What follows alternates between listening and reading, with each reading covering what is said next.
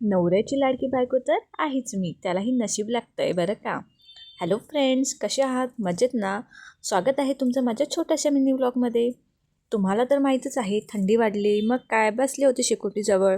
किती भारी छान वाटत होतं, पण सोबत जोराची भूकही लागली होती. भयंकर चिडचिड होत होती आणि युग त्याच्या आजीबरोबर खेळत होता, म्हणजेच माझी मामी, जी मुंबईवरून सुट्टीवर आलेले होते सर्व. मग काय, मी बसले होते बिस्किट खात आणि माझ्या नवऱ्याला कॉल करत, लवकर या बरं, कारण ते बाहेर गेले होते माझ्या भावांबरोबर. मग काय झालं, आले लगेच आणि मला पटकन उचलून बाहेर घेऊन गेले. हे बघा, असं नशीब सगळ्यांना मिळत नाही बरं का. मग आम्ही गेलो शिगडी डोश्याच्या गाडीवर, पण मला ते नकोच होतं. मग थेट गेलो पाणीपुरीच्या गाडीवर.